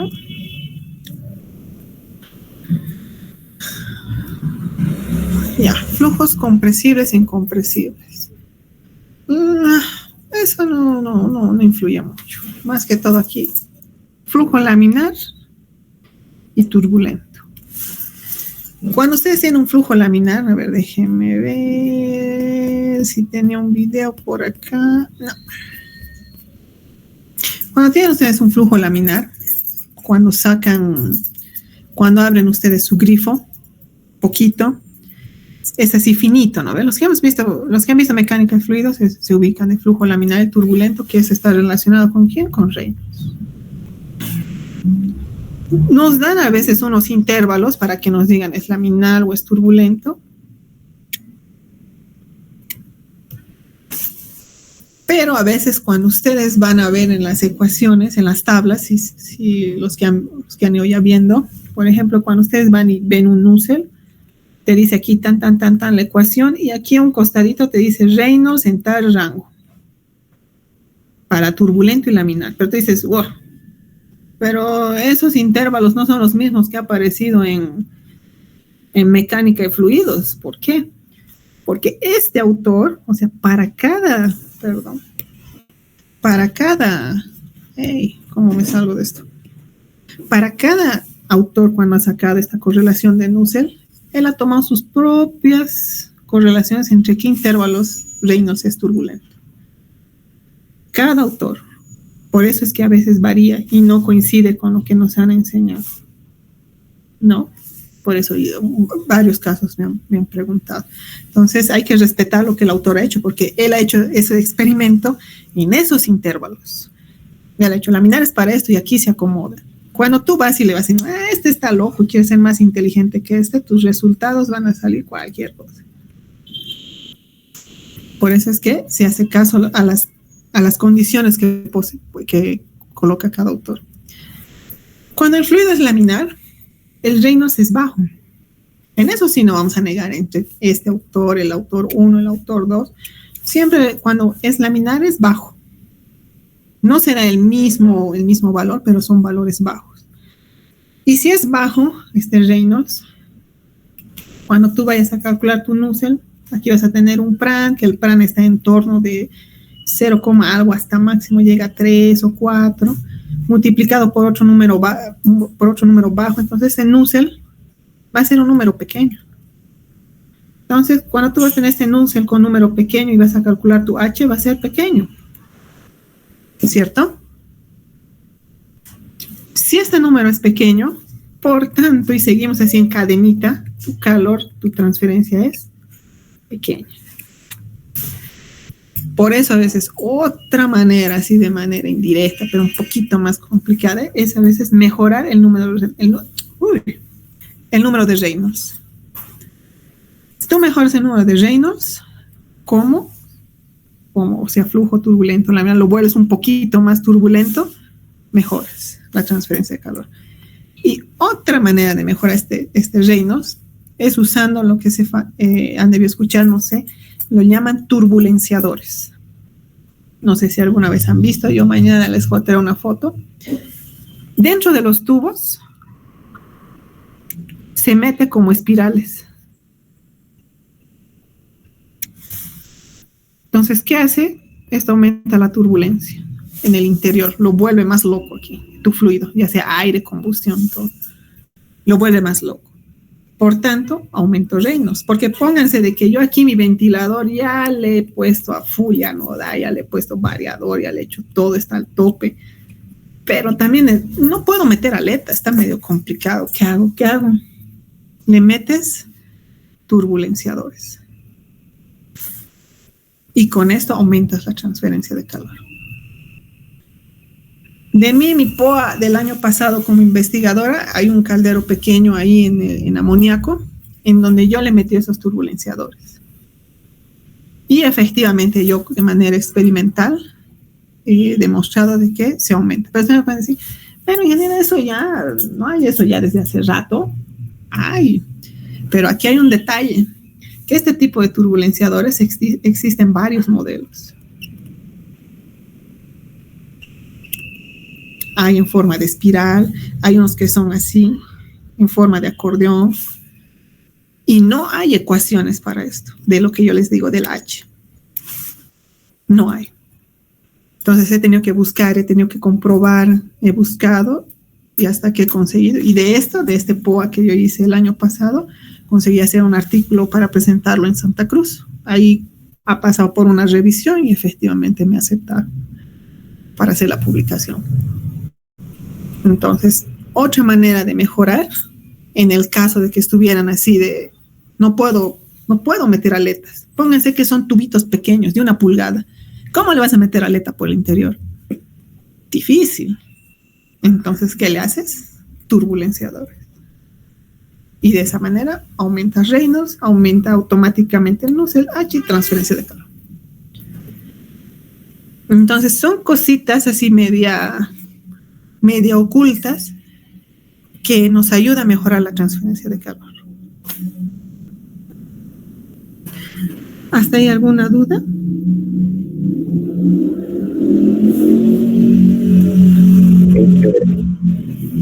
Entonces, si quisiéramos aislar más las cosas, también sería lo opuesto, o sea, tratar de que sea más laminar. ¿Cómo aislarlo? El aislar solo lo usas para que no pierdas calor con el exterior. Eso es lo que me interesa, que todo el calor que yo estoy usando no se vaya afuera. Que no lo pierda a la nada. Porque digamos, ya quiero calentar un cuarto.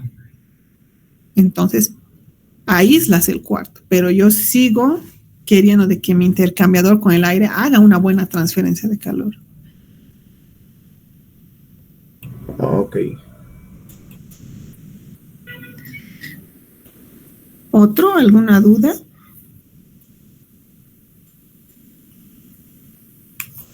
Inge, estuve buscando un poquito acerca de lo de las aletas que mencionaba y sobre esto de los intercambiadores. Ujú. De lo de las aletas, quería consultarle, le envié un link a los mensajes del chat Ya. y no sé si es que es de ese tipo de aletas de lo que se refería. Sí, ajá, así son. Como esta es la que más hay. Esta. Se ve, ¿no? En pantalla se pueden ver. Sí, sí, sí. Esta, más o menos así son. Estas, aquí solo le he hecho un corte. No son tan así juntitas. A ver, déjame ver, a ver. ¿Por qué no está cargando esto? Estoy como... Déjame ir al chat.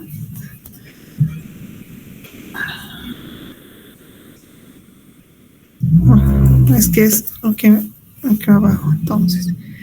Mayormente sí. Sí, lo que mayormente aquí hay en el mercado, aquí, esa es por ejemplo la que hemos visto, ¿no? La que les he mostrado en las presentaciones.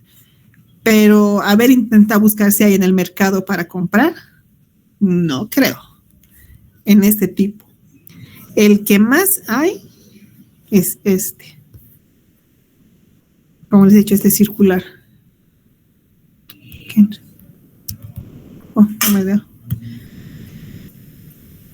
Más o menos así como este circular. Es el que más hay en el mercado. Pero por eso les digo, no. Mi papá tiene un almacén donde tiene estos tubos aletados. No me acuerdo si me dijo de dónde los compró, de dónde los consiguió, pero no es tan fácil conseguir así. Por eso es de que si ustedes hagan la curiosidad, vayan a alguna empresa y digan, quiero con tubos aletados. A ver si se puede. Ay, me gusta el curioso, yo voy y pregunto.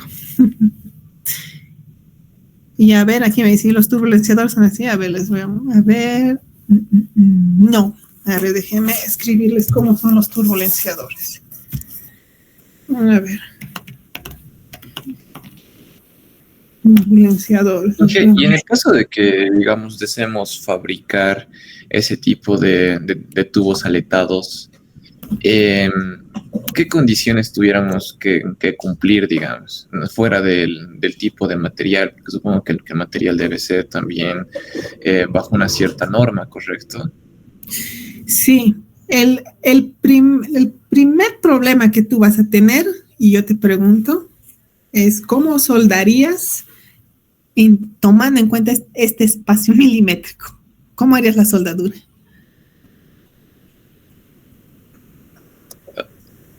Ahí entra el problema.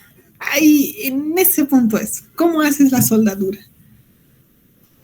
Bueno, si hiciéramos del otro tipo de tubos, como lo que tiene en la parte inferior de los tubos con aletas de modo transversal, se podría decir, como ese sería un poquito más sencillo porque ya existen máquinas de soldar CNC a láser, y esas máquinas, por ejemplo, si bien la soldadura no es exactamente igual que una soldadura de tipo SMAO, digamos, pero sí es más controlable y de igual manera su resistencia a las fisuras y todo eso es relativamente alta, casi similar a la de un GEMAO.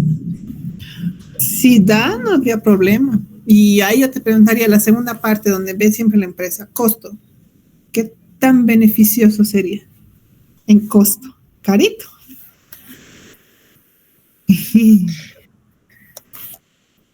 ¿No ves? Y por métodos de fundición, Inge, no se puede. Todo se puede, pero ahí juegas, cotizas un caldero desnudo, un intercambiador desnudo. Haces tus costos, ves la longitud, etcétera. Listo, tu costo. Ahora quiero meterle aletas, qué sé yo, porque necesito hacerlo más pequeño. Ya, lo voy a hacer más pequeño. Lo voy a hacer por fundición, por CNC, cualquiera. Y tu costo un poquito se dispara se dispara mucho. Ahora yo te pregunto, yo te pregunto, te doy el medio desnudo y los otros caritos, qué sé yo, que es uno que sea el doble y el otro 2.5 más del precio. ¿Tú crees que te comprarían? Si no es empresa grande, o sea, ¿cuál es la suerte de que entre nosotros, todos los que estemos, vayamos a trabajar con empresas grandes? Mayormente son medianas empresas, ¿no? Con las que jugamos. Entonces, ahí es donde se juega. Inclusive, a veces ni siquiera tanto con el tema del material, vamos bajando de categoría, con automatización. Y yo le doy, ponte a un sauna, y aunque sea un sauna medio famoso, no sé cuál, pero digamos un X, y le digo, mira, te vas a tu caldero todo automatizado, vas a poder verlo desde tu celular, si hay una falla va a estar así, pero el precio va a incrementar un 20%. Y eso te va a dar, mira, te estoy diciendo, seguridad. Porque yo les puedo dar el ejemplo de que no sé si hace unos 10 años atrás o menos, ha habido una explosión de un caldero, de un sauna en Quillacollo, no sé si se acuerdan, donde derrumbó pared, etcétera, etcétera. Entonces, ¿qué había sido? Que no tenía seguridad, etcétera. Y eso ustedes saben que puede matar vidas. O sea, estamos jugando con tu vida. Y con el tema de automatización es tu vida. Entonces yo le voy al cliente y le digo, mira, por 20% tu vida está más segura. ¿Tú crees que me va a comprar? Me dicen, no, dame baratito, pues. Pero mira, esto es peligroso. No, lo más económico posible, es que no hay plata. Bueno. Entonces, ahí juega. Ahora tú me dices, pero ya, entonces, ¿para qué nos sirve entonces aprender tanto esto de que aletas aumentan, no? Va a haber siempre alguno donde va a querer. Pero si tú vas afuera y aplicas esto, es donde más te aceptan. Porque afuera ellos ven con otra visión. Aquí adentro, nuestra mentalidad como bolivianos no lo vemos tanto desde el lado de la eficiencia. Es más desde el lado de la plata. ¿Es más barato? Sí, ese nada. No importa. Pero mira, con esto un poquito, aumentar un poco más y eso va a reducir un poquito más. Algunos te entienden, contados, pero otros no. Y en donde metería esto, o sea, ya te dices, ya, ¿dónde entonces podría meter? Deshacer un intercambiador es difícil para cambiar los tubos. O sea, hay en casos, ¿no? Pero siempre es bueno que ustedes sepan de esto para poder aplicarlo. Porque siempre les van a decir, ¿cómo aumento mi eficiencia sin comprar otro? Siempre es esa la pregunta. ¿Cómo lo mejoro sin comprar otro? Y ahí ustedes ven, ya tus tubos, no puedo desoldar tus tubos. Ya, ¿qué hago? Busco turbulenciadores. A ver, déjenme ver para mostrarle un poco los turbulenciadores. Turbulenciadores internos. No, a ver, déjenme ver aquí en las fotos que yo tengo de lo que saqué del caldero. Aquí investigador 2023, proyecto turbulenciadores. Acá les voy a mostrar una foto del turbulenciador, de cómo lo hice. Acá está uno. Entonces yo le metí turbulenciador y ahí también juega, ahora que estoy viendo la foto, también entra en juego del turbulenciador, qué tan largo va a ser, qué tan pequeño va a ser. ¿Por qué? Porque también yo tengo un ventilador y al meter turbulenciador, esto es lo que yo le puse en este caldero, era en forma así de como un acordeón, ahí te van a ver la foto, en forma de un acordeón. Entonces también medio como que chocaba, como quien dice, le estoy haciendo también contra el ventilador. Entonces yo le hacía muy grande, el ventilador ya no me lo vencía, entonces quedaba el humo y no avanzaba. Entonces le hice turbulenciadores de más o menos 20 centímetros. Así, miren, así lo fui metiendo en los tubos. En toditos. ¿Ven aquí? Como así, dobladito. Hay espirales. Pero este era más fácil de fabricar. O sea, esto yo no he comprado. Busquen ahorita en tiendas. Vendeme turbulenciadores. ¿De qué me está hablando otra vez? Tú tendrías que fabricarlos. Entonces tú los vas metiendo así. ¿Se ve, no?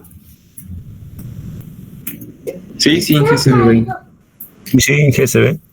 Entonces, es así.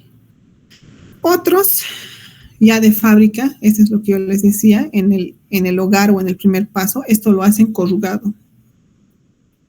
Lo hacen corrugado como con arrugas. Por eso voy a preparar esa foto para mañana. Ahorita si no va a tardar para cargar. O a modo, no sé dónde le he puesto. Lo prefiero tener para mañana ya. Esto es corrugado. Y hay varias maneras así de ir aumentando. Por ejemplo, si les dan un caldero, siempre es eso. Aumentame la eficiencia, pues, ya no quiero gastar. Puedes poner turbulenciadores. O aquí para aumentar la turbulencia en el primer paso. Ya no lo voy a meter aquí, sino en el primer paso. Mucho lío está aquí. En el primer paso hay maneras, otro turbulenciador para que el aire, mientras así como un fuego, como un remolino, se tenga que hacer. Porque cuando ustedes en su casa prenden, es una llamita, ¿no? En su cocina, o en el cigarro, o en la llama, es como una llamita fina. Eso es un régimen laminar. Yo necesito turbulencia. Entonces, igual tengo un video, cuando enciendes el caldero, se hace así como un remolino, así como si lo pusieras en una licuadora, así, se empieza a mover el fuego. Entonces, ahí ya generas turbulencia y aumentas transferencia de calor. Con cositas simples. Y a veces dices, ya, ¿y de dónde más puedo sacar yo ese tipo de ideas? Lean siempre artículos. Gente de afuera pone esas ideas más antes que nosotros. Que si ahí hace uno, busca aumentar el rendimiento de un caldero. Buscan y ahí van a decir, se hizo experimentos y efectivamente se aumentó. Entonces, ¿qué mejor leer de otros que ya han hecho? Por ejemplo, de mí ya han aprendido, con aletas cuadradas medio como que no jalan. Entonces no sirven, no usaré rectangulares. ¿No? Entonces es mejor ir leyendo y aprender. Y así van a captar más. Poco a poco les voy mostrando lo que es, por ejemplo, el tema de los artículos. Eso es una buena herramienta. Del grupo anterior de inicios de año, yo les pedí que hagan la verificación de calor con intercambiador de coras y tubos por el tema del exterior. Los que lograron hacer, ¿qué se dice? Yo les dije, ahora ya ustedes ya tienen una herramienta. Si algún día fabrican un intercambiador de coras y tubos, simplemente modifiquen el programa, los datos de ingreso, y ya lo tienen todo. Indirectamente ya lo tienen todo. Ahí me mira y dice, sí, no, me dijo, sí, te sirve el hecho, indirectamente te sirve. Entonces siempre lean, no está de más. Yo también antes decía, ¿cómo un profesor, un docente se podría actualizar? Porque no todos tenemos la dicha o la suerte de poder trabajar en la industria, no se puede. Y yo cuando estaba en Brasil, mis profesores hasta tenían un conocimiento más alto que de un empresario. No en el tema tal vez de administración, pero sí en el de diseño. Increíble. Yo le preguntaba, le decía, disculpe profesor, se los llama de profesor, ¿usted alguna vez trabajó en una empresa? No, nunca me dio. Ahí te da un ataque al corazón, pero el conocimiento que él tiene, y tú vas viendo, ¿qué hace esa gente? Va leyendo artículos, va viendo, va realizando, va haciendo experimentos y así tú mismo vas viendo qué hay en el mundo, qué hay fuera de las cuatro paredes de nuestro país. Y es así donde esa gente, muy bien, mi profesor nunca trabajaba en una industria, pero trabajaba como parte de investigación, por ejemplo, para Honeywell en Estados Unidos, en el área de refrigeración. Entonces Honeywell le agarraba y le decía, mira, próbamelo este refrigerante con nanofluidos. Tú tienes un laboratorio y necesito que me lo hagas pruebas. Él decía, perfecto, hacía las pruebas, analizaba si había aumento de calor, disminución, si el fluido se comportaba de forma laminal, turbulento, todo. Él saca un informe y se lo manda a Honeywell. Honeywell te paga por eso, pues, miles de dólares. Y él agarraba para esos experimentos a un alumno que estaba haciendo maestría, tipo, mira, van a venir y ayúdame, haz este experimento. Aparte de lo que te están pagando de tu beca, Honeywell te va a pagar $1,000 mensual. $1,000 para Honeywell son 1,000 bolivianos, no es nada. Entonces tú con tus ojos, $1,000 más los otros 800 que me está dando la universidad, casi $2,000, ni con sueldo de aquí en Bolivia ganas $2,000. ¿No ven? Entonces, ganan así allá por hacer eso. Y así al mismo tiempo tú te vas retroalimentando y viendo. Y ahora yo les pregunto, ¿han salido de han estado trabajando en la industria? No ve. Y están actualizados, incluso más que una industria. Y si ustedes llevaran ese conocimiento a la industria, ¡pum!, se dispara. Se dispara. Por eso les digo, lean, vean, a ver cómo mejoro esto. Ah, mira, este hecho así, listo, lo aplicaré. Listo. Entonces, eso es una manera que no nos explican a nosotros, no nos dicen. Entonces, yo quiero que ustedes aprendan, lean, y les va a ir bien. Pregúntenme, díganme, yo siempre voy a estar abierta a ayudarles. Entonces, continuaremos. Flujo estacionario y no estacionario. Ese de flujo natural o no forzado y forzado es lo que es lo que hemos visto, lo que yo les decía, ¿no? Natural al aire libre y forzado tiene que haber un mecanismo. Flujo estacionario y no estacionario. Eso es lo que hemos visto igual en conducción, que es la variación en función del tiempo. Por ejemplo, en un caldero, cuando ustedes están empezando a calentar el agua hasta que sea líquido saturado, o sea, título igual a 0, o sea, exactamente 0, no menor, ahí hay una transición que va en función del tiempo. A ver, déjenme doblar otra vez mi laptop. Ahora sí. Entonces, por ejemplo, si ustedes van en las tablas de termodinámica, aquí es temperatura, aquí qué sé yo, entalpía, a una atmósfera, el agua empieza a hacer ebullición a los 100 grados. En este intervalo de acá es donde se hace un estudio no estacionario o transiente. Aquí empiezas a hacer ese estudio, porque va cambiando. En el tiempo 1 estuvo en 20 grados. De aquí a un tiempo 2 ya estuvo en 40, y así vamos variando. Vas analizando. Ya cuando estás en este punto aquí constante, cuando ya lo tienes que llevar de líquido saturado a vapor saturado con un título igual a 1, en este tiempo lo llaman como permanente o estacionario.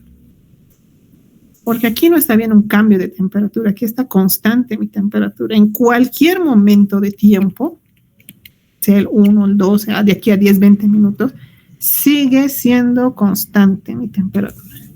No hay un cambio. Entonces es estacionario. Y cuando hace el análisis de la eficiencia del caldero, se lo hace en esta parte. En estacionario. En transiente he visto que más lo hacen para ver el tema de control de los equipos, de cómo está funcionando. Pero en los artículos, en toda la bibliografía que he ido leyendo, siempre lo hacen en el momento que va de título igual a 0 a 1. Entonces, esa es la diferencia. Pero en toda la universidad siempre los cálculos que vamos a llevar en el área térmica siempre es en flujo estacionario. La mayoría. Muy poco es en transiente. Porque eso ya conlleva integrales, derivadas, y no llevamos eso. Capas límites. Consideremos el flujo paralelo de un fluido sobre una placa plana. Lo que les decía, ¿no? Cuando ustedes tienen una placa,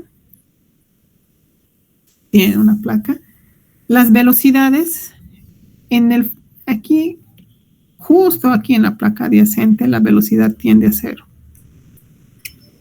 Mientras más te vas alejando de esa capa, va aumentando tu velocidad hasta llegar a una velocidad máxima. No, pero como yo les decía, cuando nosotros hacemos en transferencia de calor, cuando calculamos el Reynolds, nunca utilizamos, qué sé yo, la velocidad de aquí en la capa límite, ¿no? Usamos una velocidad promedio. Y esto de las capas límites se sirve cuando se entra un poco más en lo que es el Reynolds, para ver si es Reynolds turbulento, totalmente desarrollado o no, en esos tipos de transiciones. Después de eso, solo es esta parte, me sirve solo para que vean como conocimiento, nada más. Esto es por lo que les decía en la capa límite, ¿no? Cuando tiene esa capa, cuando ustedes se están volviendo Reynolds, cuando ven Reynolds, se empieza a volver turbulento. Hasta aquí le empiezan a abrir un poco más el grifo, se está queriendo volver loco, pero hay una etapa aquí de transición en donde está entre un laminar y un turbulento. Está en una mezcla de estos dos. Entonces está queriendo volver loco. Y luego pasa esto. Entonces por eso es totalmente desarrollado turbulento, no, si eso existe, se debería tomar en cuenta. Pero para términos de cálculo no influye mucho. Así como había una capa límite de velocidad, existe lo mismo para temperaturas. Cuando ustedes están aquí en la base, la temperatura, si aquí estoy poniendo aquí un fluido, la temperatura aquí es baja, no es tan igual como si estuviese aquí, en el medio, ¿no? Se aplica la misma idea que con perfiles de temperaturas, es para poder analizar un poco de manera más real. Mientras más real tú quieras analizar, más complejas, más cosas tienes que tomar en cuenta para cuando haces análisis. Por ejemplo, cuando Honeywell llama y dice quiero hacer experimentos, tú tienes que tomar en cuenta ahora sí todo esto. Capas límites, tomar aquí temperatura superficie más 0.99 de la temperatura ambiente más la temperatura superficie. Todo esto tienes que tomar en cuenta. Porque ellos no están esperando un informe de 20 centavos donde, no he tomado esta capa límite, le veo su... No. Ellos no te están pagando para hacer eso. Te están pagando para hacer un análisis de profundidad, ¿no? Entonces, eso es si preguntan por qué, entonces no tomamos tanto en cuenta eso. Número de Prandtl. Ahorita ya es 10:40. Continuaremos mañana. Si no, muy pesado se les va a hacer. Aún falta harto de lo que es este tema de convección. Quedaremos aquí.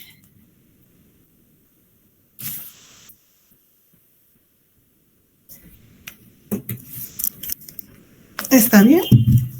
Está bien, Inge. Por favor, no se olvide enviarnos los PDFs, por favor. Ya, yo enseguida les envío. Muchas gracias. Listo, gracias. Hasta mañana. Hasta mañana.